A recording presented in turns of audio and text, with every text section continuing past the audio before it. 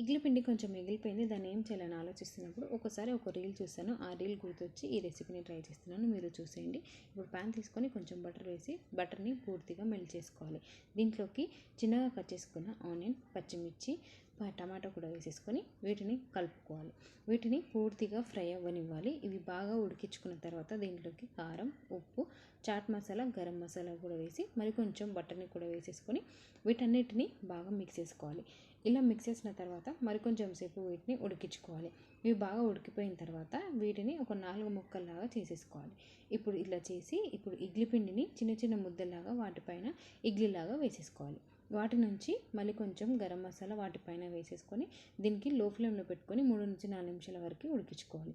ఇలా దమ్ చేసిన తర్వాత మూత తీసి వీటిని మెల్లిగా ఇంకో వైపుకి టర్న్ చేసుకోవాలి. ఇలా నాలుగిటిని ఇంకో వైపుకి టర్న్ చేసుకొని ఇంకో వైపు కూడా ఒక 2 నిమిషాలు వేయించుకోవాలి.